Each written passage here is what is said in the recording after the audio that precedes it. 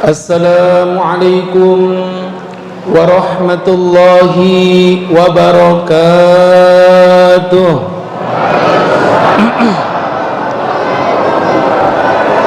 Alhamdulillahilladzi ghamara safwata ibadihi bila ta'ifi taksisin taulan wa amtinana wa allafa baina qulubina فأصبحنا بنعمته إخوانا ونزع الغل من صدورنا فضلنا في الدنيا أصدقاء وإخوانا وفي الآخرة رفقاء وخلانا اللهم صل وسلم وبارك على رسول الله سيدنا ومولانا وحبيبنا محمد وعلى آله وصحبه ومن تبعهم بإحسان قولا وفعلا وعدلا إلى يوم القيامة.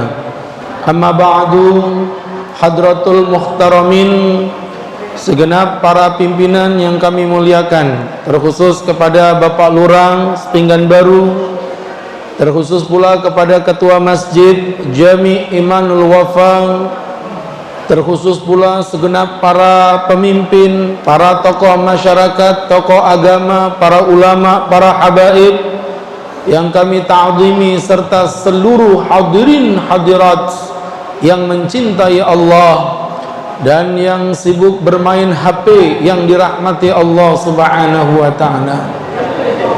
Alhamdulillah, alhamdulillah, inilah nikmat yang sesungguhnya. Sekian lama kita tidak bertemu, Allah pertemukan dalam pertemuan yang penuh barokah.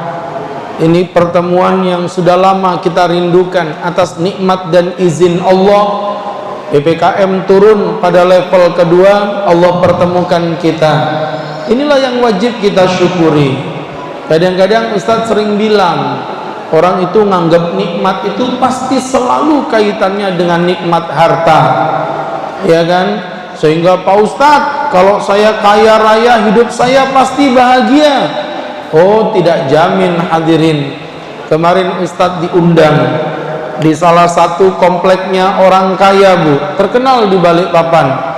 Saya tidak mau sebutin nama kompleknya karena ini privasi.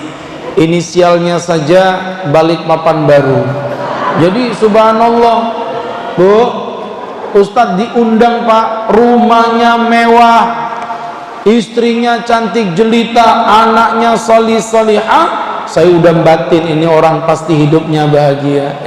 Apa yang terjadi? Pak Ustadz, saya ini sebenarnya lagi menderita. Lah kok bisa? Saya ini lagi banyak utang, Pak Ustadz.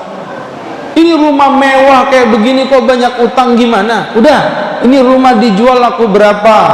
Mungkin sekitar 5M, Pak Ustadz. Jual 5M, 250 juta untuk modal usaha, 250 juta beli rumah sederhana.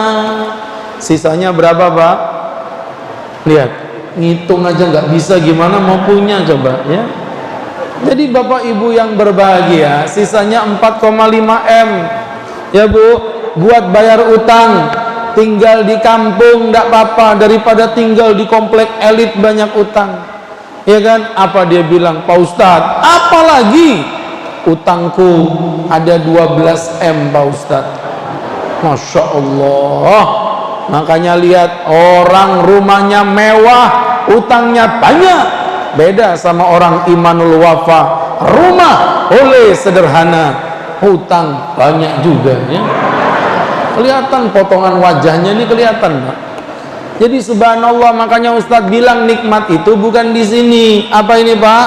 Dompet, bukan. Nikmat itu di sini, Bu. Apa, Bu? Kantong. Itu yang dikatakan Nabi, laisal ghina ghinal mal. Bukanlah orang kaya yang kaya hartanya, wa innamal ghina ghinan nafsi. Tetapi orang yang kaya adalah yang kaya hatinya. Siapa orang yang kaya hatinya?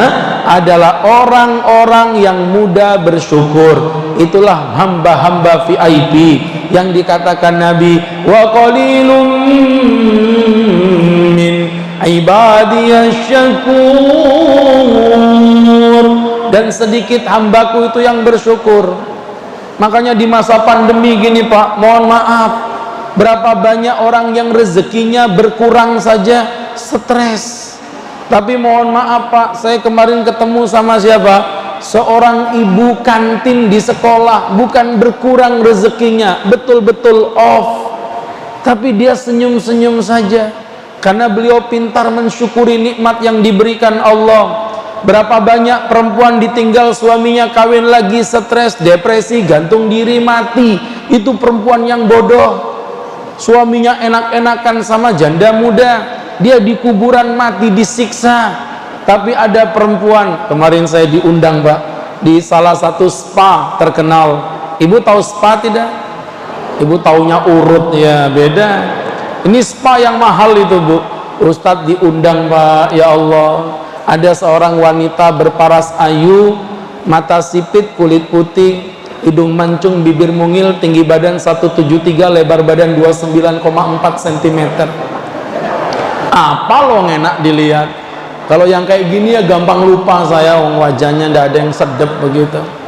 Ibu ini cantik-cantik loh, apalagi kalau pakai masker. Ya Bu, Bu, yang serius dengerin ceramah biar cepat nanti masuk surganya, amin. Jadi subhanallah teman-teman yang berbahagia, lagi ceramah Bu, datang seorang perempuan, Pak Ustadz, suami saya meninggalkan saya pergi Pak Ustadz, dia pergi ke Jakarta, niatnya cari kerja, saya yang modalin. Terus itu duit bukannya dibuat sama dia untuk bekerja, malah dibuat untuk menikah lagi. Pak Ustadz tahu dengan siapa dia menikah? Ya nggak tahu lah, kenal kamu aja baru sekarang kok ya. Dia tuh menikah sama teman dekat saya Pak Ustadz. Kamu stres? Enggak, saya tetap bahagia, saya tetap bersyukur. Loh, lihat orang bersyukur itu hidupnya bahagia Pak. Kok bisa Mbak? Orang lain pada nangis, dia nggak nangis, malah senyum dia. Suaminya kawin lagi, senyum. Itu stres juga itu Pak ya. Jadi Masya Allah, luar biasa Pak. Kamu nggak sedih? Apa jawabnya? Bu, perhatiin Bu, apa kata dia? Pak Ustadz, dulu saya pernah hidup tanpa dia, kemudian Allah kenalkan saya dengan dia. Kenapa ketika dia pergi saya harus stres? Kalau dia saja terlalu bodoh untuk meninggalkan aku, kenapa aku tidak terlalu pintar untuk melupakannya?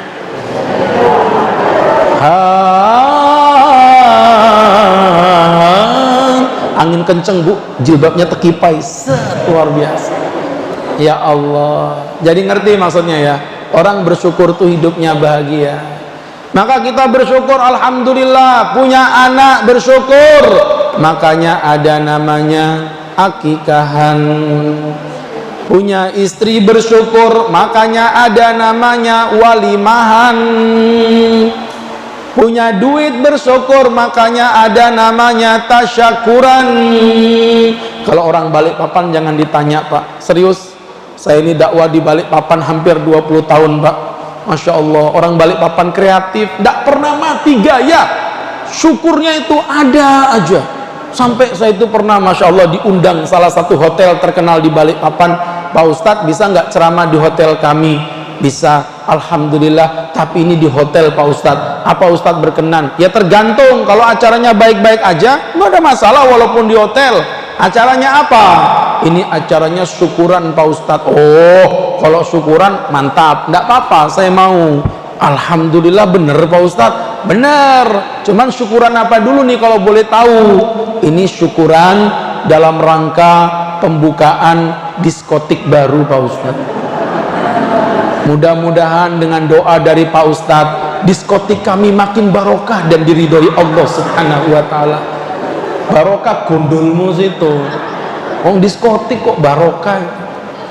Jadi bapak-bapak, artinya selevel begitu aja bisa bersyukur. Maka kita bersyukur ini punya anak tadi ada namanya akikahan, punya istri ada namanya walimahan. Lah hari ini kita dapat rezeki yang jauh lebih gede dari itu semua. Apa itu Pak Ustadz? Itulah yang disebut dengan rezeki huduru nabiyina Muhammadin sallallahu alaihi wasallam. Hadirnya, lahirnya baginda Rasulullah adalah nikmat yang sempurna yang diberikan Allah kepada kita. Yang bilang siapa? Sayyiduna Ibnu Abbas. Ketika Allah berfirman, "Qul bi fadlillah." Qul, katakan Muhammad, bi fadlillah, dengan fadilahnya Allah, wa bi rahmatihi, dan dengan rahmatnya Allah, fabidzalika falyafrahu, maka dengan nikmat itu bergembiralah kalian semua. Sayyiduna Ibnu Abbas berkata, wa fadlullah, fadilahnya Allah yang pertama adalah ilmu, wa rahmatuhu, dan rahmatnya Allah itu adalah kehadiran Nabi Muhammad sallallahu alaihi wasallam. Jadi kalau orang bertanya apa dalilnya orang melakukan maulid Nabi, simple Pak, dalilnya dalil syukur. Saya punya anak akikahan, saya bersyukur. Punya anak khitanan, saya bersyukur. Ngadain acara tasyakuran, itu udah nggak butuh dalil, dan makanya nggak ada dalilnya tasyakuran khitan itu kan tidak ada Pak. Ini momennya momen syukur, kita bersyukur atas kehadiran Rasul. Makanya saya bilang kalau ada yang memang nggak cocok, nggak apa-apa. Pak Ustadz, saya nggak mau ada acara maulid Nabi, nggak apa-apa, silakan saja. Kemarin saya ketemu dengan jamaah, dia kepala sekolah. Pak Ustadz, saya nggak setuju dengan maulid Nabi. Oke, nggak apa-apa, orang maulid itu cuma cara mencintai Nabi. Kalau kamu punya cara yang lain, silakan. 7 hari kemudian saya ditelepon Pak Ustadz, mohon izin, bisa nggak datang ke sekolahan kami? Ada acara apa? Acara maulid? Bukan Pak Ustadz. Acara apa? Tablik akbar. Temanya apa? Maulid Nabi Muhammad sallallahu alaihi wasallam. Bulet itu Pak. Jadi Bapak Ibu yang berbahagia, momennya adalah mensyukuri kehadiran Rasulullah sebagai anugerah terbesar yang Allah berikan kepada kita. Maka momen inilah yang dijadikan para ulama untuk kembali mengecas kecintaan kita kepada Rasulullah. Maka subhanallah, diagungkanlah nama Nabi Muhammad untuk kita kembali mencintai Nabi. Ya, Rasulullah sallallahu alaihi wasallam, beliau pernah bersabda, man ahabbani dakhalal jannah, siapa cinta kepadaku dia akan dijamin untuk masuk surga. Pertanyaannya, sekarang bagaimana kita mencintai Nabi Pak Ustadz? Ada beberapa perkara Pak, ayo kita murojaah kembali. Sudah lama kita tidak maulid Nabi ini ya. Yang pertama, mencintai Rasulullah sallallahu alaihi wasallam. Yang pertama, dengan melantunkan sholawat kepada Rasulullah. Cinta sama Nabi tapi mulutnya tidak pernah sholawat sama Nabi.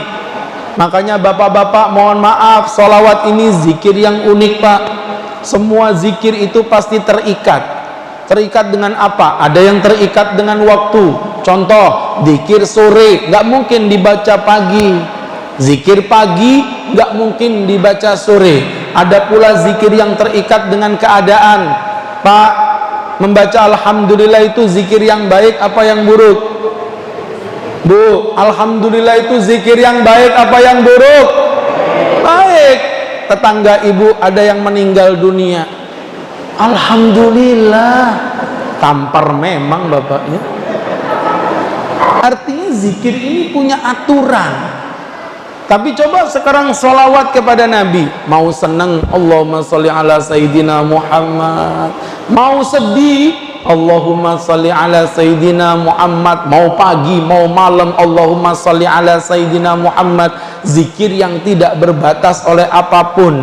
Makanya Bapak Ibu, ini sholawat ini luar biasa. Pak Ustadz, tapi itu ada yang mengkritisi, kenapa sholawat pakai dilagukan? Pak, lagu itu udah fitrah.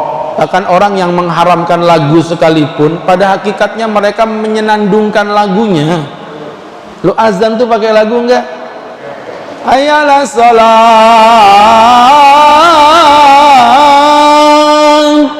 Itu bisa indah karena ada lagunya. Coba ganti, hayalah sholah, hayalah sholah. Siapa yang mau datang, Pak? Ngeri orang datang.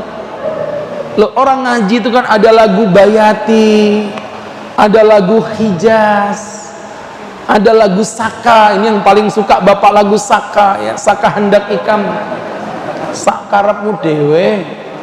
Jadi subhanallah, bapak-bapak orang ngaji Quran tuh kalau pakai lagu merdu, Pak, maka bapak nanti pulang, ibu di kamar, subhanallah, ibu tiba-tiba ngaji, a'udzu billahi minasyaitonir rajim. Bapak dari kamar, ya Allah Tat, istriku suaranya merdu banget, bismillahirrahmanirrahim. Nggak tahan diintip, dibuka jendela, ternyata TV belum dimatikan, Mbak ya. Jadi subhanallah, makanya lagu tidak ada masalah. Sholawat kepada Rasulullah SAW. Kemarin saya baru saja ada buka video itu di Instagram, ada seorang wanita mengatakan begini, seorang murtadin. Dia berkata, dulu saya ini orang Islam, tapi saya itu belajar tentang sholawat. Katanya sholawat ini lucu. Nabi Muhammad sudah dijamin selamat, tapi Nabi Muhammad minta dibacain sholawat. Padahal sholawat itu doa selamat. Berarti menunjukkan Nabi Muhammad belum tentu selamat. Itu yang membuat saya jadi murtad. Ya Allah ya Karim, empek-empek campur lodeh. Apaan tak capek deh. Bapak Ibu yang berbahagia, sholawat itu bukan dibutuhkan Nabi, Pak. Logikanya logika gelas yang kosong. Kita ini semuanya gelas. Bedanya kita gelasnya setengah, Nabi Muhammad gelasnya full. Kemudian gelas Nabi sudah full, bagaimana tidak full? Allah yang mengatakan, wa innaka la'ala khuluqin azim. Dan sungguh Muhammad, engkau adalah makhluk yang paling perfecto, sempurna. Gelasnya Nabi sudah penuh, tiba-tiba yang kerucu-kerucu kayak bapak, kayak ibu, kayak saya nyipratin Nabi pakai air. Yang ada airnya nggak bakal masuk, yang ada airnya tumpah, tumpahnya ke bawah. Siapa di bawah Nabi? Nabi Muhammad. Siapa di bawahnya? Umatnya Rasulullah Sallallahu Alaihi Wasallam. Jadi yang dapat keberkahan sholawat bukan Nabi, Pak. Yang dapat keberkahan sholat itu umatnya. Itulah makna dalam hadis Nabi mengatakan, man sholla alaiya marratan sallallahu alaihi asyra marrah. Siapa yang bersolawat kepadaku sekali, Allah bakal balas kepadanya 10 kali. Jadi yang untung bukan Nabi, tapi kita. Tuh jamaah, yang pertama ya, kalau cinta sama Nabi, banyak-banyak solawat kepada Rasulullah. Yang kedua, membersihkan nama Nabi Muhammad dari fitnah dan tuduhan yang keji. Jadi saya sering bilang, anak-anak muda, jangan kau tinggal diam, buka medsosmu, berdakwalah dengan medsosmu. Ketika nabimu dihina dengan konten-konten yang jorok dan kotor, mereka melecehkan Rasulullah, anak-anak muda harus tampil buat konten-konten penyeimbang. Jangan mau diam. Sekarang udah zamannya dunia maya. Saya itu, Pak, nggak pernah yang namanya buka TikTok, itu belum pernah. Gara-gara kemarin ada jemaah anak muda, Pak Ustadz, kayaknya Pak Ustadz harus dakwah di TikTok. Waduh, kenapa saya suruh joget-joget juga kayak begitu? Bukan Pak Ustadz, ini TikTok tempatnya orang dakwah dalam kesesatan. Kok bisa? Ditunjukkan saya satu akun. Ini anak-anak pasti ngerti akunnya siapa itu. Seorang gay membanggakan ke LGBT-annya, tinggal di Jerman. Mulai senyum-senyum dia, mulai senyum-senyum. Saya udah ngerti mereka paham. Bapak mana ngerti orang tua-tua begini, tidak paham dia. Dia membanggakan kegayannya, punya suami laki-laki, laki-laki punya suami laki-laki. Edan zaman sekarang ini, Pak, terbolak-balik.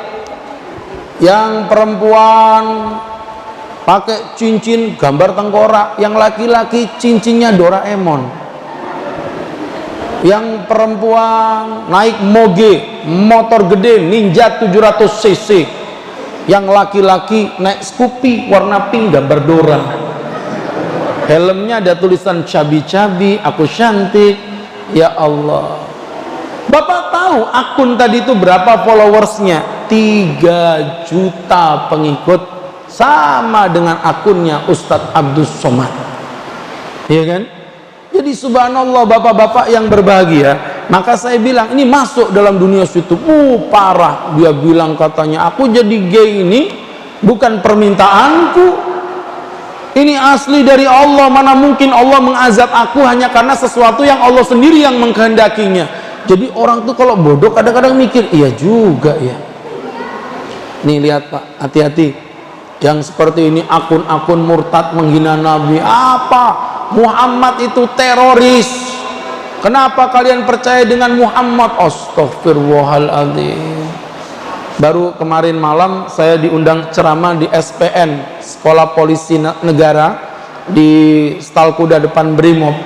Ada seorang anak muda bertanya, seorang polisi, Pak Ustadz, apa tanggapan Ustadz tentang terorisme di dalam Islam? Saya bilang tidak ada terorisme di dalam Islam itu, melainkan potongan-potongan ayat yang dipotong oleh orang-orang yang membenci agama Islam. Mereka memfitnah. Makanya saya pernah ceramah Pak di salah satu daerah, ketemulah saya dengan seorang Bu Lurah. Saya pikir Bu Lurah itu istrinya Pak Lurah, ternyata bukan, dia lurahnya, perempuan, masih muda. Ini Pak Lurah ini pasti paham maksudnya siapa itu. Belum nikah, dekat sama saya, Pak Ustadz, saya ini beragama non, mohon maaf Pak Ustadz. Adalah salah satu lurah, saya tidak mau sebutin. Waktu itu ketemunya di daerah disensor, ngobrol dia kan di Kelurahan Prapatan Pak. Jadi subhanallah, tadi ngomong ya. Jadi masya Allah bapak-bapak, dia ngobrol sama saya. Saya ini Kristen tapi saya ngefans sama Ustadz. Saya sering dengar ceramah Ustadz. Saya ini suka dengan Pak Ustadz. Biasa Mbak, banyak gadis-gadis bilang begitu tuh udah biasa ya. Saya ini bingung sebenarnya Islam ini pro teroris atau tidak. Udah gini aja Mbak, kamu pernah belajar Islam nggak? Dikit Pak Ustadz. Tahu nggak Rasulullah tinggal di mana? Nabi Muhammad tinggal di daerah Madinah. Oke, Nabi Muhammad tinggal di Madinah. Di Madinah ada orang kafirnya tidak? Ada Pak Ustadz. Kafir apa? Yahudi Pak Ustadz. Sekarang saya tanya sama kamu, Nabi Muhammad jadi pemimpin apa jadi rakyat jelata? Jadi pemimpin Pak Ustadz. Oke, kalau Nabi Muhammad pemimpin, ada Yahudi di situ, artinya Nabi punya kekuatan untuk membantai seluruh Yahudi yang ada di kota Madinah. Sekarang pertanyaan saya ini, saya challenge kamu ya. Kalau kamu bisa jawab, saya berangkatin umroh loh, karena saya tahu dia tidak mungkin berangkat umroh, ya kan? Jadi Bapak Ibu, saya bilang, carikan satu contoh saja. Carikan satu contoh saja. Nabi Muhammad membunuh orang Yahudi karena dia Yahudi. Demi Allah, kamu tidak akan pernah menemukan. Nabi pernah membunuh Yahudi karena dia melakukan pemerkosaan terhadap wanita muslimah yang sudah diikat dengan perjanjian Mitsaqul Madinah. Nabi pernah membunuh Yahudi karena Yahudi ini berkhianat kepada Rasulullah dengan menjadi mata-mata daripada bangsa Quraisy. Tapi Nabi tidak pernah membunuh orang Yahudi karena dia Yahudi, Bu. Ya, andai kata Nabi membunuh Yahudi, habis Yahudinya. Faktanya Nabi meninggal, Yahudinya masih banyak, ada 4 suku. Abu Bakar, Umar, Utsman, Ali menjadi khalifah, Yahudi masih tinggal damai di situ. Jadi kita tidak ada permasalahan dengan orang kafir. Buka surat Al-Mumtahinah ayat yang ke-8 sampai ayat yang ke-9.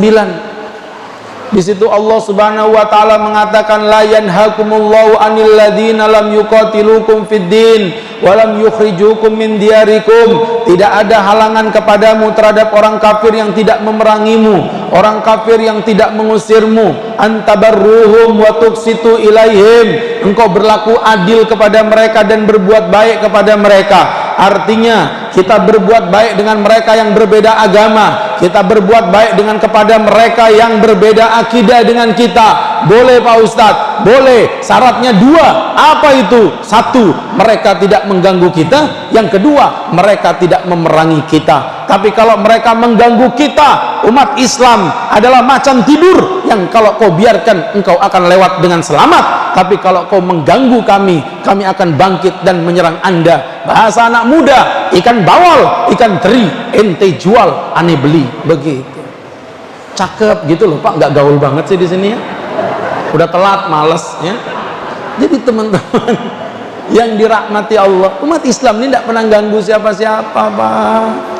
Mohon maaf, buka dong kitab sejarah ya. Nabi itu menghargai seorang non itu, saking menghargainya. Suatu ketika Nabi lagi duduk di depan masjid, datang jenazah lewat, Nabi kemudian berdiri. Kebiasaan Nabi kalau melihat ada jenazah lewat, Nabi berdiri Bu.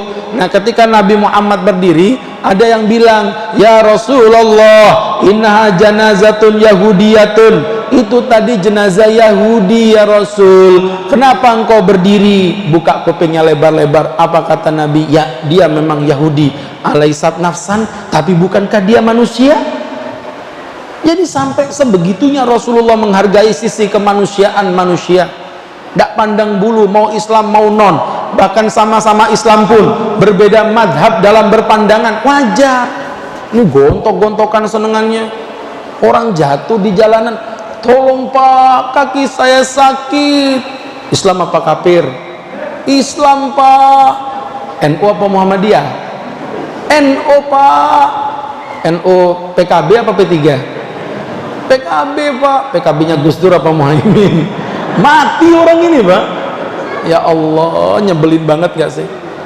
Jadi Rasulullah ini menghargai sisi kemanusiaan. Gini Nabi dituduh katanya Nabi teroris, Nabi dituduh sebagai penggila wanita karena istrinya banyak. Ya Allah, makanya belajar sejarah dulu sebelum ngomong ini. Belajar. Saya punya pengajian ummahat ibu-ibu. Alhamdulillah Bu, hampir setahun yang dibahas itu cuman judulnya istri-istri Nabi Muhammad. Satu-satu kita pelajari sejarahnya, hikmahnya, kenapa Nabi menikah. Subhanallah, kalau kita belajar ternganga kita. Istri Nabi ini ternyata dinikahi Rasulullah dalam usia yang sangat tidak ideal pada hakikatnya. Kenapa? Nabi Muhammad disebut sebagai penggila seksual. Istrinya banyak gara-gara Nabi berpoligami. Saya mau tanya bapak-bapak, pernah belajar sejarah enggak? Nabi ternyata lebih lama bermonogami dibandingkan poligami. Nabi menikah umur 25, Khadijah umur berapa? 40.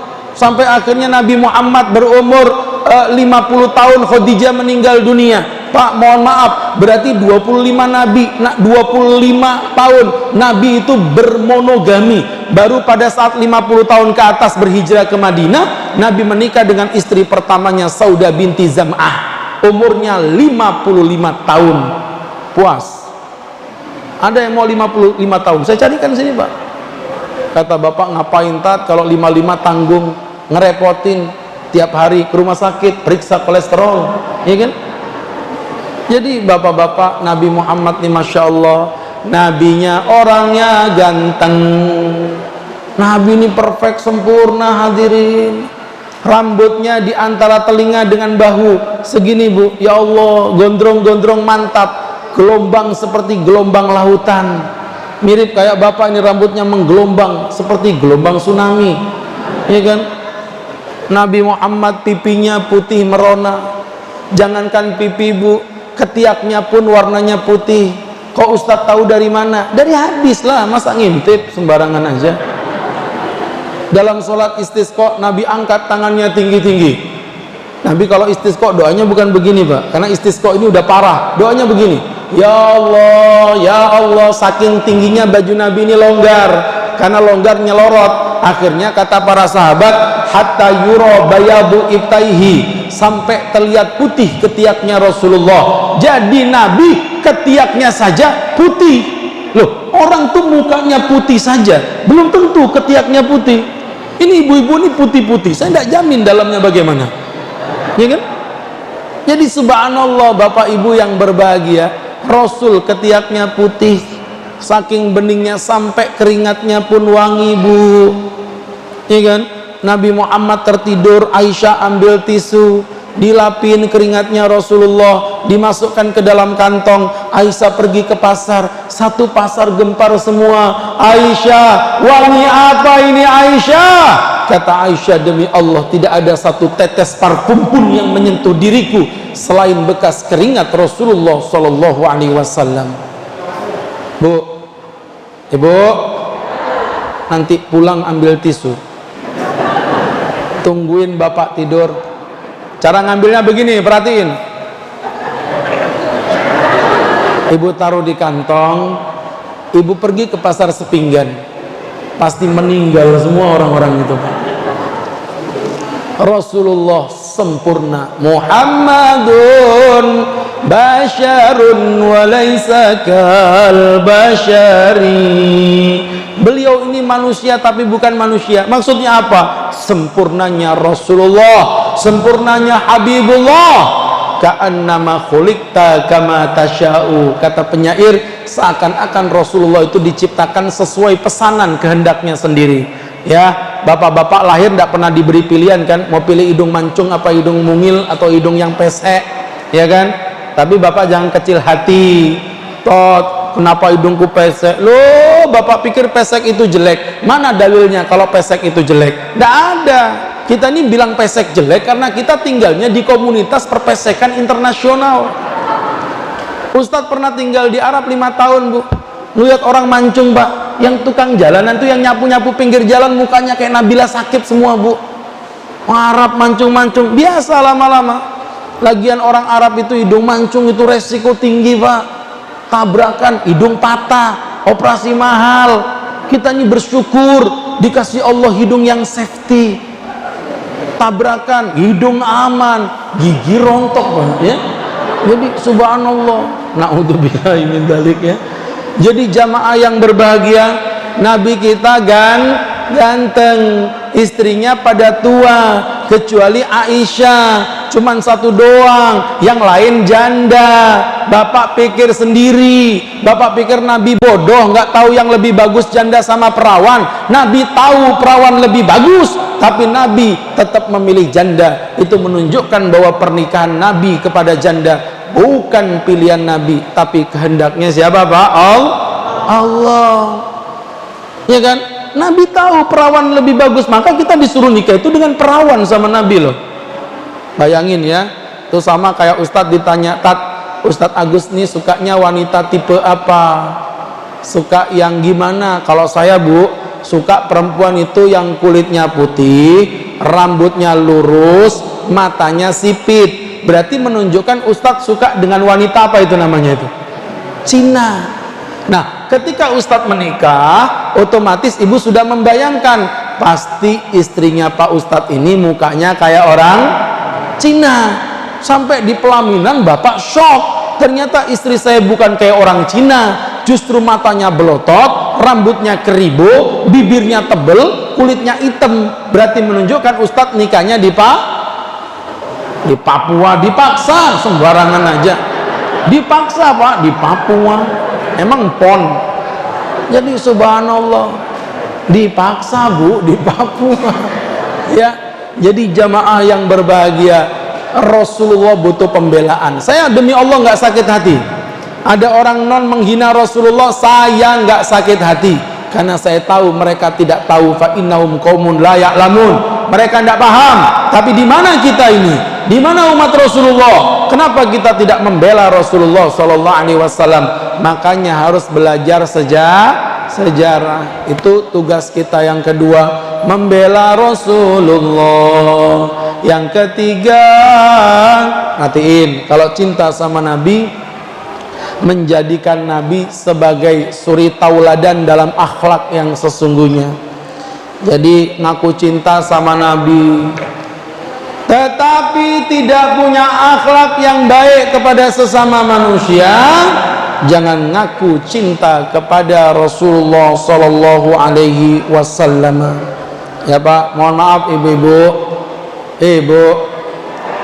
rajin sholat, mulutnya gampang melaknat, gak bakal masuk surga. Rajin puasa, tapi suka ngegosipin tetangga, nggak bakal masuk surga. Rajin haji, punya utang ndak mau melunasi, nggak bakal masuk surga. Rajin ngaji, ustadznya ceramah dia ngobrol sendiri. Ibu ngobrol aja yang di belakang itu, terusin aja bu, nggak apa-apa, ustadz nggak marah. Kemarin saya ceramah di Penajam itu, lagi ceramah di pojokan ada yang ngobrol aja. Besoknya Pak meninggal dunia. Ya. Ini saya bukan mendoakan, tapi maksudnya karena memang usianya sampai di situ. Ya. Jadi Bapak Ibu yang berbahagia, ayo konsentrasi. Contoh akhlak Rasul. Jangan bangga jadi ahli ibadah kalau nggak punya akhlak.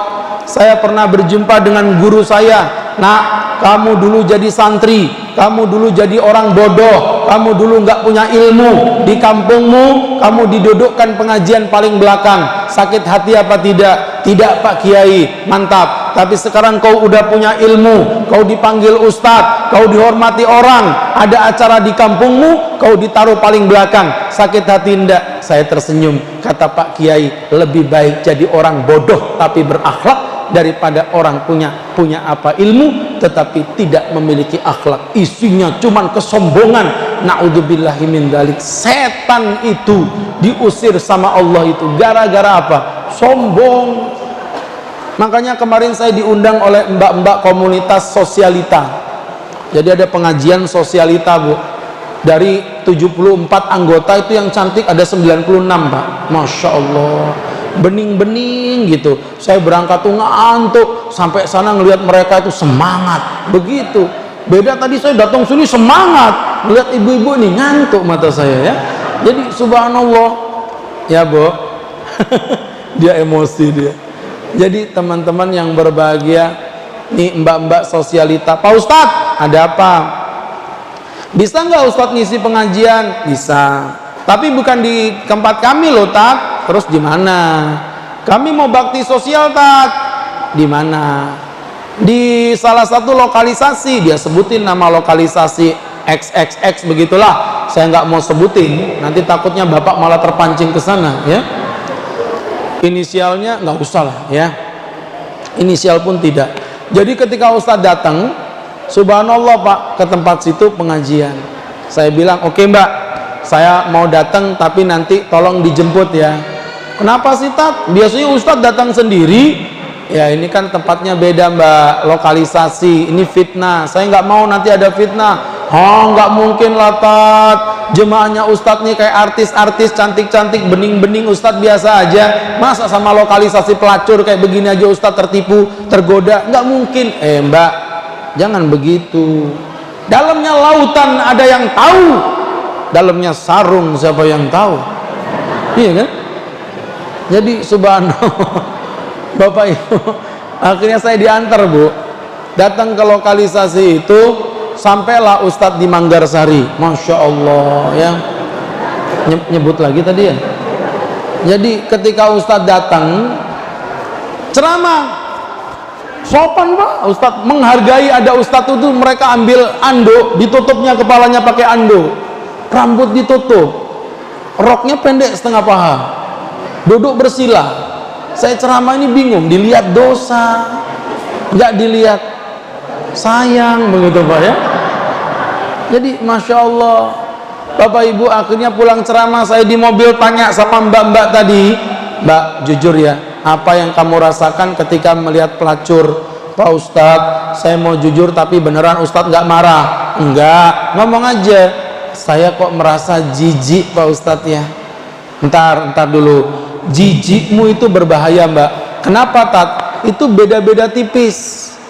Kalau jijikmu tadi karena engkau marah, hukum Allah dilanggar, maka itu namanya dakwah. Kamu sakit hati karena hukum Allah dilanggar.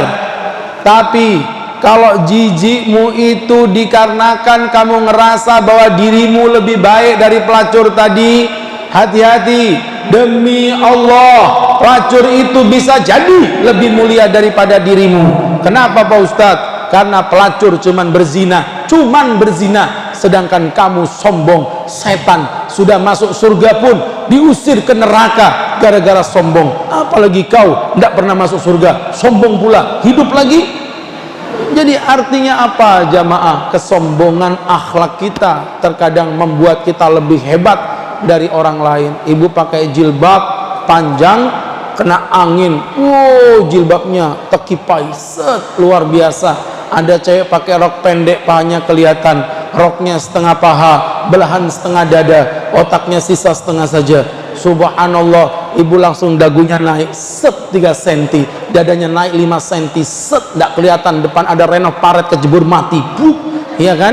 Sombong namanya. Makanya Ustadz bilang, apa sih Ustadz akhlak itu sebenarnya? Simple Pak. Ini rangkuman dari Imam Ghazali. Akhlak itu kata Imam Ghazali ada 3. Apa itu Pak Ustadz? Ada 3. Ada 3. Apa itu? Yang pertama, oh ada 3. Bapak pikir saya nyanyi, saya lagi mikir apa tadi, ya Allah, ya Allah, barusan apalkan kok ya lupa gitu. Jadi kata Imam Ghazali, oh jadi ustadz itu yang ngapalin bro, bapak pikir langsung ngapal gitu sembarangan. Jadi ustadz ini sengsara ngapalin juga, makanya wajar kalau minumnya ada susu, ada teh, ada air putih, lengkap. Ini udah kayak di warung ustadz ini Pak ya. Ini kelihatan panitianya sering dibully, makanya dia paham ini, lengkap semuanya. Jadi bapak-bapak yang berbahagia, akhlak tadi ada berapa tadi Pak? Ada 3. Yang pertama badlun nada, yang kedua kaful adha, yang ketiga ihtimalul adha. Yang pertama badlun nada. Apa badlun nada itu? Menebarkan manfaat kepada sesama.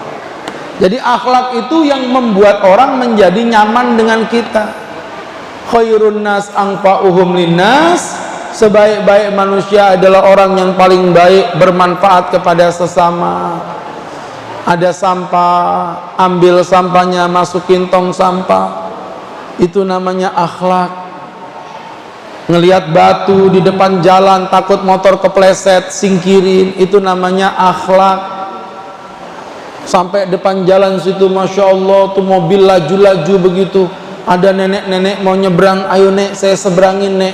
Gak usah cu, ayo nek, jangan cu, ayo, tidak, ayo, semangat sampai di depan seberangan sana. Kata neneknya, cu, ini ngerepotin. Nenek, warga Imanul Wafa tidak pernah mengenal kata ngerepotin, ini ikhlas. Kata neneknya, cu, bukan ngerepotin begitu, tapi kamu yang ngerepotin nenek. Lah kok bisa nek? Lah wong nenek baru nyebrang, kamu tarik balik lagi ke sini. Saking semangatnya Pak ya. Jadi kalau mau narik nenek itu tanyain dulu, jangan asal main tarik saja ya. Tebarkan manfaat, punya uang sedekah.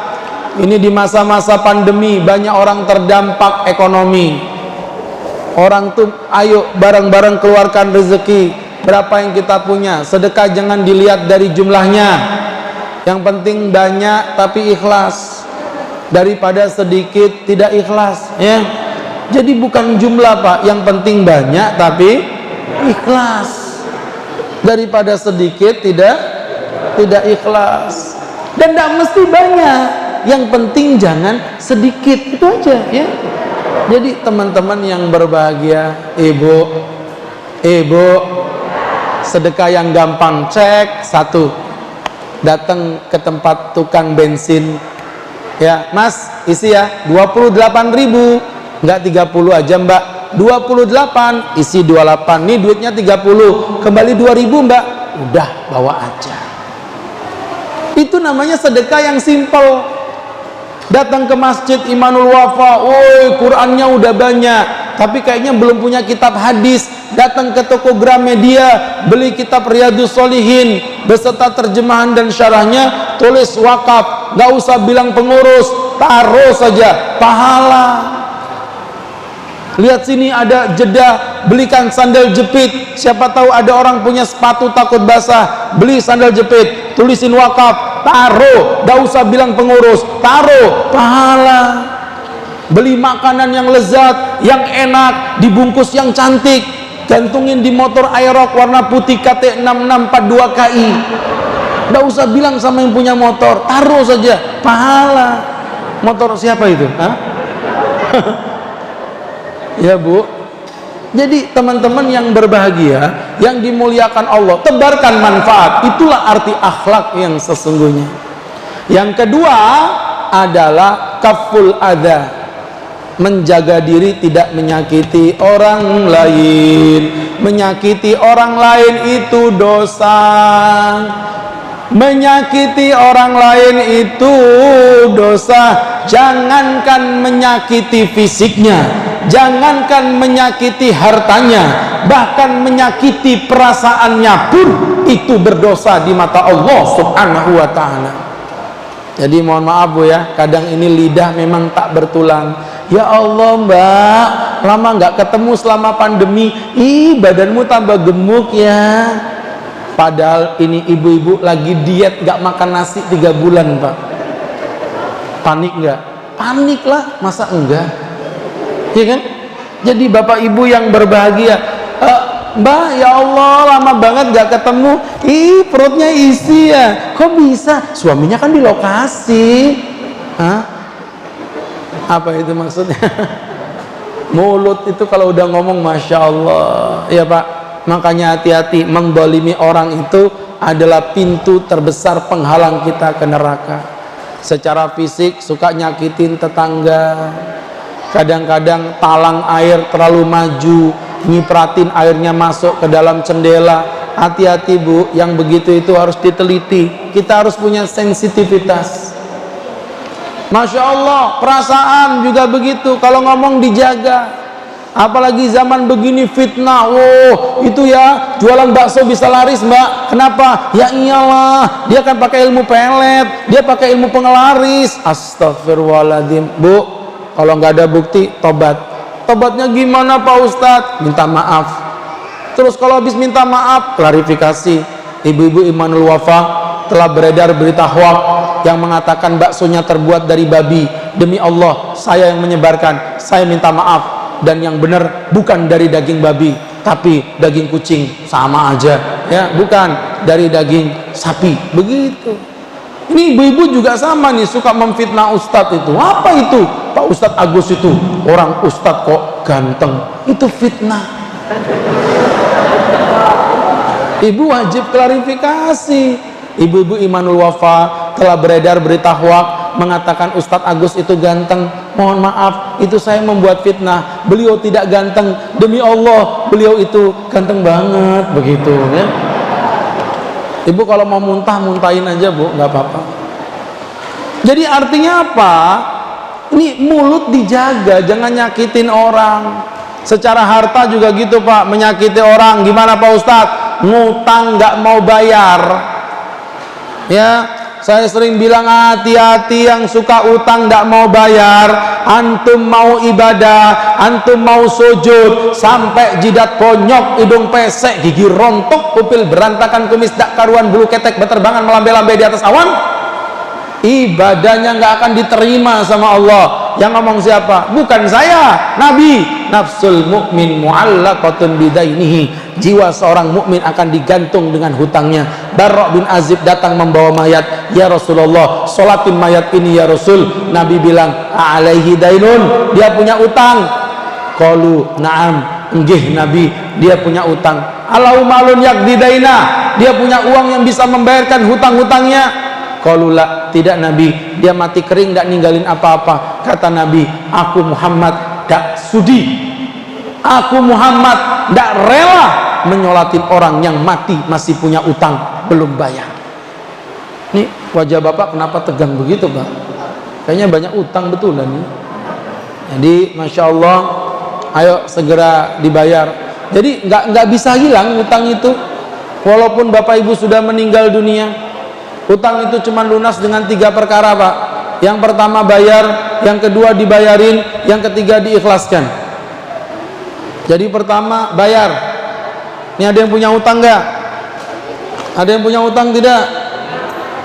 Ustadz kasih amalan ya, 2 cara mudah membayar hutang. Dicatat, 2 cara mudah membayar hutang. Yang pertama cash, yang kedua transfer. Itulah 2 cara mudah membayar hutang ya. Saya cuma mau lihat reaksi wajahnya yang serius tadi itu. Itu sudah yang banyak hutangnya itu Pak ya. Jadi subhanallah, tuh yang pertama bayar, yang kedua dibayarin. Makanya kalau utang tuh dicatat buai ya, nanti kapan meninggal anak turun kita yang membayarkan utang-utang kita. Tahu dari mana anak-anak kita kalau kita tidak mencatat hutang-hutang kita? Ya Bapak Ibu yang berbahagia, ini tadi yang Ustadz maksudkan adalah dibayarin. Yang ketiga diikhlaskan. Kalau belum diikhlaskan tetap jadi utang itu sepanjang masa Pak.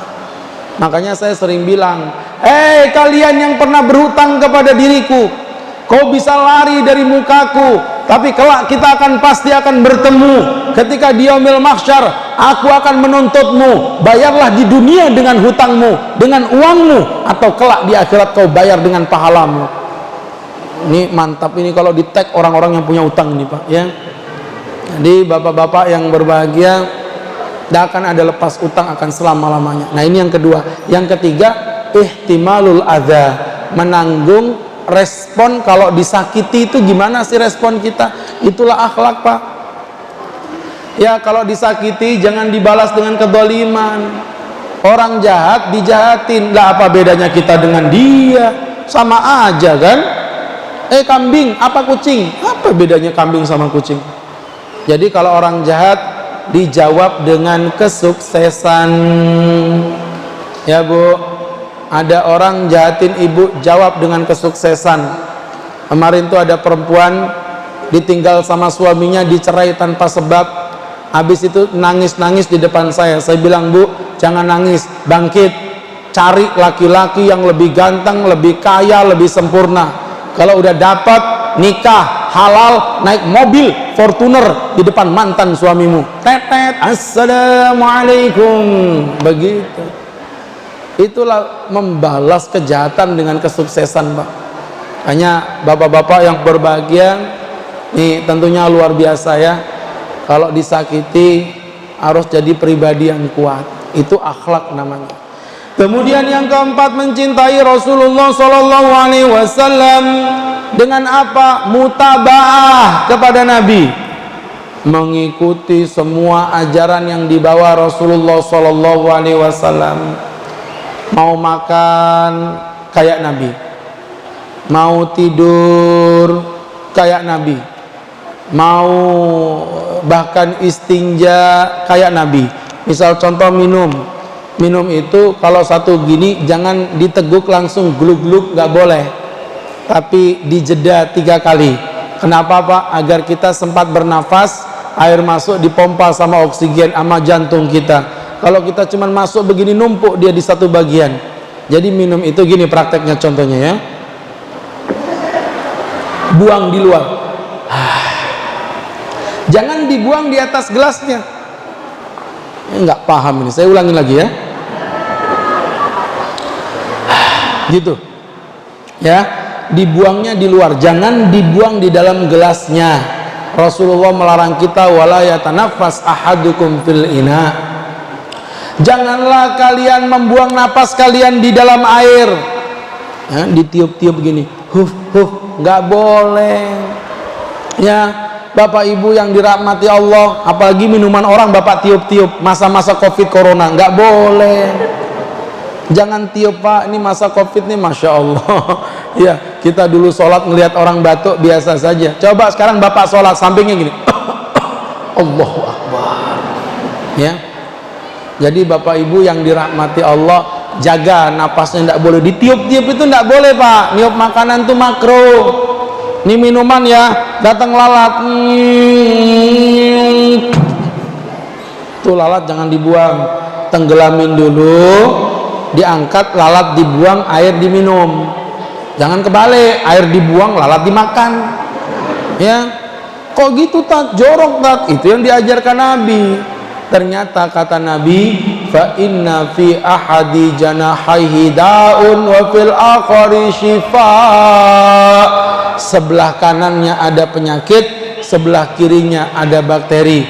Kalau cuman satu yang kena jadi penyakit, atau mungkin jadi obatnya, jadi daknya, dawanya. Tapi kalau dua-duanya ditenggelamkan, ada bakterinya, ada pula obatnya. Satu, steril dia, steril. Sehingga ibarat matematika itu kayak min kali min kejebur, min kali min.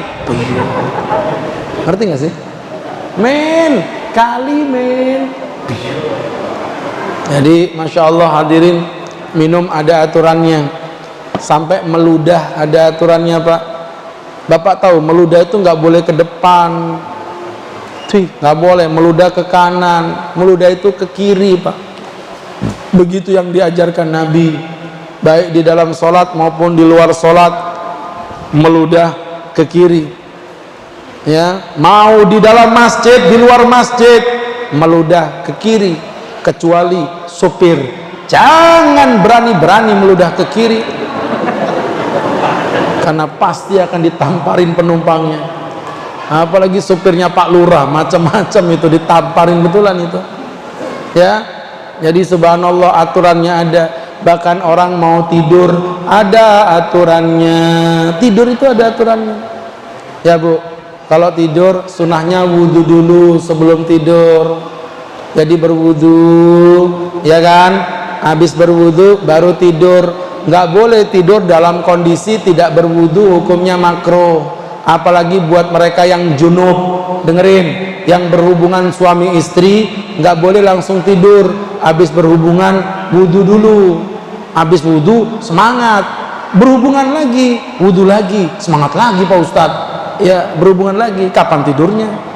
Ya, jadi subhanallah bapak-bapak, ibu-ibu yang berbahagia, habis itu nanti tidurnya miring, sunahnya yang kanan di bawah, yang kiri di atas. Jadi tidur tuh begini tidurnya Rasulullah.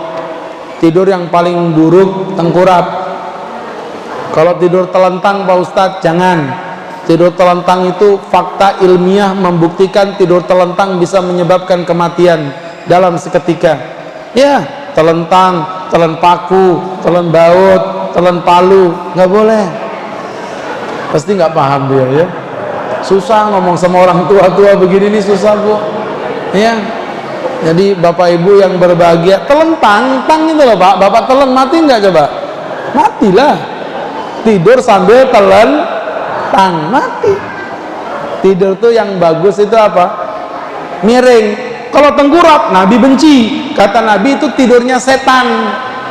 Makanya jangan tidur tengkurap, ya, khususnya untuk ibu-ibu yang hamil tua. Jangan berani-berani tidur tengkurap. Ibu pasti kayak helikopter itu Bu, ya. Jadi teman-teman yang berbahagia tidurnya miring, yang kanan di bawah, yang kiri di atas, tidurnya begini, masya Allah. Supaya cepat bangun tidur, sunahnya tidur itu di tempat yang keras. Untuk orang-orang yang masih terapi, kan ada itu orang yang susah bangun kalau subuh, saya biasakan tidur yang keras. Pak Ustadz tuh tidurnya sekarang empuk, kamarnya kemarin saya lihat empuk. Ustadz nyuruh tidur di keras. Pak, saya 7 tahun di pesantren tidurnya di atas tekel Pak. Ya, 7 tahun Ustadz mondok. Kemarin makanya saya mondokin anak, istri nangis-nangis ngelihat anak tidur di tekel. Mi, jangan nangis, aku ini 7 tahun tidurnya di tekel. Sehat aja. Ngelihat makannya tempe, nangis lagi. Kamu kenapa? Kasihan Bi, nanti anak kita kurus. Siapa bilang anak mondok kurus? Ini mondoknya 12 tahun, 7 di Jawa, 5 di Yaman. Lihat, kelebihan apa kurang gizi? Nggak usah dijawab Pak, ya Allah ya. Jadi bapak-bapak yang berbahagia, orang itu terapi Pak. Tidur di tempat yang keras, insya Allah nanti terbiasa, baru nanti akan menjadi pembiasaan. Tidur sampai bagaimana tata cara istinja ada, sampai bagaimana tata cara membersihkan bulu kemaluan namanya istihdad ada, sampai bagaimana berhubungan suami istri dalam Islam ada, lengkap. Makanya saya kemarin memberi pembinaan sama pengantin itu, Mas, masuk kamar jangan nyelonong. Pengantin baru bilang gini, Assalamualaikum ya ahlal kubur. Oh, itu orang mati itu sembarangan. Assalamualaikum ya babal jannah. Apa artinya, Tad? Keselamatan padamu wahai pintu-pintu surga. Kan indah. Ya sudah, latihan dia, Assalamualaikum ya babal jannah, Assalamualaikum ya babal jannah. Buka pintu, melihat istri biasa berjilbab, ini baju seksi, grogi dia, Pak. Assalamualaikum ya ahlal kubur lagi, astagfirullah. Datang Nabi bawa gelas isi susu, kata Nabi, Dek diminum Dek. Sama Aisyah, diminum. Terima kasih Bang Ros, ya Bang Ros, Bang Rasulullah SAW, ya. Makan istrinya, Pak, ya. Makasih Bang. Habis itu ditanya sama Nabi, di mana bekas bibirmu meminum istriku tadi? Di mana? Kenapa ya Rasulullah? Aku ingin meminum dari bekas bibir yang sama. Cie, pengen ya. Nanti pulang praktekin, Pak. Datang ke kamar istri bawa gelas isinya susu. Dek, ini susu buat kamu. Si abang niru Rasulullah ya. Udah diem, gak usah banyak ngomong, minum. Habis diminum, tanya lagi sama suaminya, di mana bekas bibirmu meminumnya, Dek? Abang mau kayak Rasulullah ya. Bukan, ini kok bau jigong ya. Beda memang rasanya. Jadi teman-teman yang berbahagia, ayo, ini yang keempat. Yang kelima atau yang terakhir, ini kalau udah dengar terakhir nih mukanya terang-terang semuanya. Padahal yang terakhir ini mau Ustadz bagi jadi 15 bagian. Kurang lebih ya setengah-setengah dua lah kita selesai, Pak ya. Gimana Bu? Mau setengah dua Bu? Saya yang enggak mau, Pak. Enak aja. Jadi teman-teman yang berbahagia, yang terakhir adalah mencintai Nabi dengan mencintai Al-Quran. Ini yang malah jarang dibahas di dalam acara Maulid Nabi. Sering kita bahas sholawat, sering kita bahas tentang sunnah, tapi jarang membahas Quran. Loh, Tak, apa hubungannya kelahiran Nabi sama Al-Quran? Pak, Bapak cinta sama Nabi, Bapak sayang sama Nabi. Pertanyaannya, Bapak pernah ketemu Nabi tidak? Lo nggak pernah ketemu kok bisa sayang? Tahu dari mana? Saya tidak pernah berjumpa dengan Bapak Soekarno, tapi saya tahu Pak Soekarno ini orang yang cerdas. Dari tulisan-tulisan yang beliau tinggalkan, saya tidak pernah ketemu Imam Syafi'i. Beliau lahir tahun 150 Hijriah, sekarang 1443. Jadi artinya jauh sekali kita dari Rasulullah SAW. Tapi kita tahu, maaf, jauh sekali kita dengan Imam Syafi'i. Tapi tahu dari mana Imam Syafi'i cerdas? Dari kitab-kitab yang beliau tinggalkan. Kita nggak pernah ketemu dengan Rasulullah. Tahu dari mana Nabi hebat? Tahu dari bagaimana kedahsyatan Al-Quranul Karim. Makanya ayo dengan momentum Maulid Nabi, berkurangnya level-level yang ada, semoga nanti udah level 2 turun level 1, turun jadi new normal, turun jadi normal, kembali seperti sedia kala. Amin Allahumma amin. Penyakit COVID ini murni adalah tangan Tuhan, tidak ada yang bisa menentukan.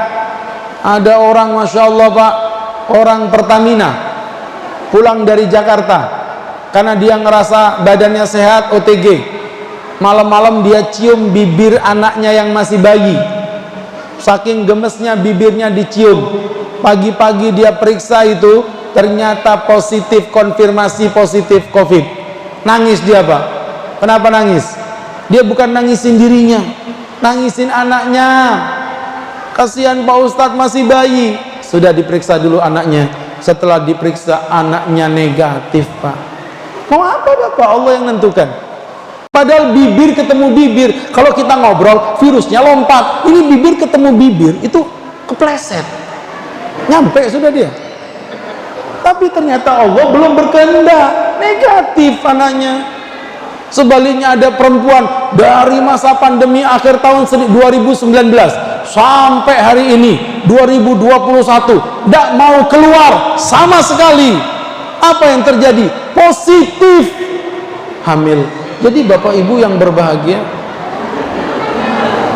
yang nggak pernah keluarkan hamil tuh. Jadi bapak ibu yang berbahagia ya, ini penyakit COVID kalau Allah kehendaki, insya Allah.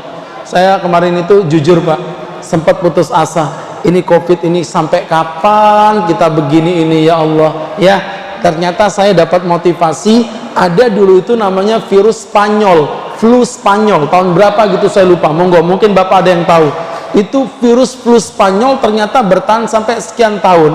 Dan hebatnya dalam seketika Allah matikan semua virus itu. Allah yang berkehendak. Begitu pula COVID-19 pun secara logika, gimana menghentikan penularan manusia ke manusia Pak?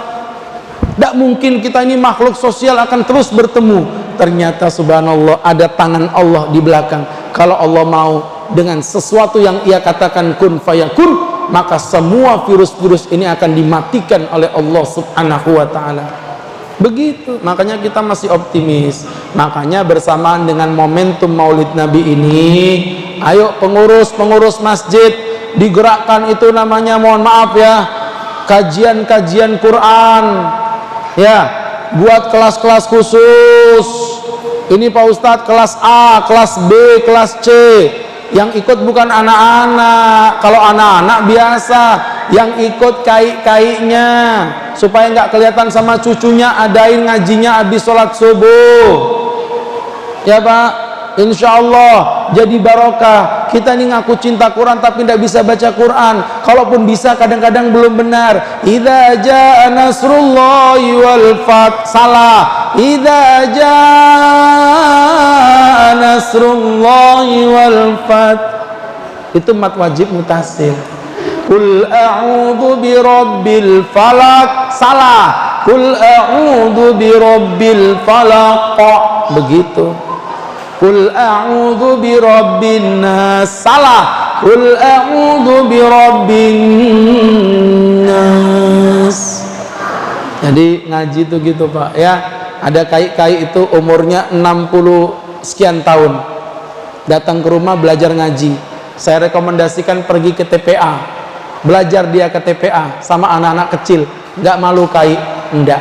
Lebih baik saya malu di hadapan anak kecil daripada saya malu di hadapan Allah. 60 tahun saya tidak pernah ngaji Pak Ustadz. Akhirnya belajar ngaji 6 bulan tuntas, pulang ke Jawa Barat 6 hari meninggal dunia. Itu yang namanya husnul khotimah. 60 tahun mulutnya tidak pernah mengeluarkan ayat Allah, 6 bulan belajar ngaji, 6 hari mati, husnul khotimah. Maka saya bilang, orang kalau pinter sekalian, kalau goblok sekalian, lebih gampang dapat hidayah dibandingkan orang kayak saya. Bapak, ibu, kita ini semua tanggung.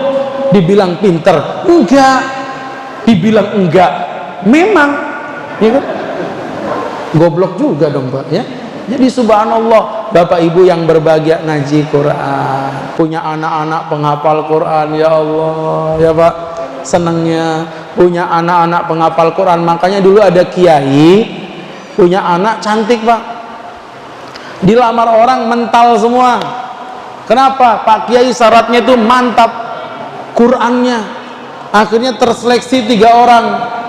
Ditanya sama Pak Kiai, hei, namamu yang pertama siapa? Nama saya Anas Kiai. Anas, baca surat Anas. Qul a'udzu birabbin nas. Mantap. Yang kedua, namamu siapa? Nama saya Torik Pak Kiai. Torik, baca surat At-Torik. Wassamaa'i wat-tariq. Mantap. Yang ketiga, siapa namamu? Nama saya siapa? Nama saya Ali Imron Pak Kiai. Bagus, hampir 2 juz itu Pak. Ya sudah, karena namamu Ali Imron, baca surat Ali Imron. Pak Kiai, nama saya memang Ali Imron, tapi panggilan saya Qul huwallahu ahad Pak Kiai. Jadi jamaah yang berbahagia, mudah-mudahan kecintaan kepada Nabi dengan jalur yang tepat ada 5: melantunkan salawat kepada Nabi, membela Nabi Muhammad dari tuduhan fitnah yang keji, kemudian mengikuti akhlak Nabi, kemudian mengikuti seluruh syariat Nabi, dan juga mencintai Al-Quran yang dibawa oleh Nabi. Insya Allah Allah akan cintai kita, Allah angkat dosa-dosa kita, Allah masukkan kita ke dalam surganya. Berkah dari maulid pula Allah angkat pandemi COVID-19 dan kita kembali normal seperti biasa dengan izin Allah subhanahu wa ta'ala. Amin ya rabbal alamin. Mudah-mudahan ini bisa diambil manfaat dan hikmah. Dan selanjutnya marilah kita berdoa kepada Allah subhanahu wa ta'ala. Amin amin alhamdulillah rabbil alamin hamdan wa fi ni'ama wa yukafi mazidahu ya rabbana lakal hamdu kama yanbaghi li jalali wajhika wa 'azimi sultanik. Allahumma salli wa sallim wa barik ala rasulika sayyidina Muhammadin fil awwalin wal akhirin wa fi kulli waqtin wa hin wa fil mala'il a'la ila yaumiddin. Inna nas'aluka salamatan fid din wa afiyatan fil jasad wa ziyadatan fil ilmi wa barakatan fi rizqi wa taubatan qabla al maut wa rahatan 'inda al maut wa maghfiratan ba'da al maut. Allahumma hawwin 'alaina fi sakaratil maut wal afwa 'inda al hisab wan najata minan nar.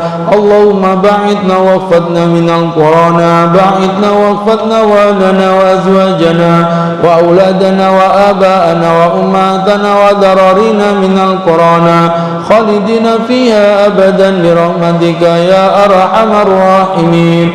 Rabbana innaka qulta fi kitabikal karim ud'uni astajib lakum wa nahnu da'unaka ya rabbana fastajib lana kama wa'adtana innaka la tukhliful mi'ad. Rabbana wa sallallahu ala sayyidina Muhammadin nabiyil ummi wa ala alihi wa sahbihi wa sallam warzuqna lawal mutaba'ati lahu dhahiran wa batinan ya arhamar rahimin. Bifadli subhanaka rabbika rabbil izzati amma yasifun wa salamun alal mursalin walhamdulillahi rabbil alamin. Terima kasih, semoga bermanfaat. Billahi taufik wal hidayah. Wassalamualaikum warahmatullahi wabarakatuh.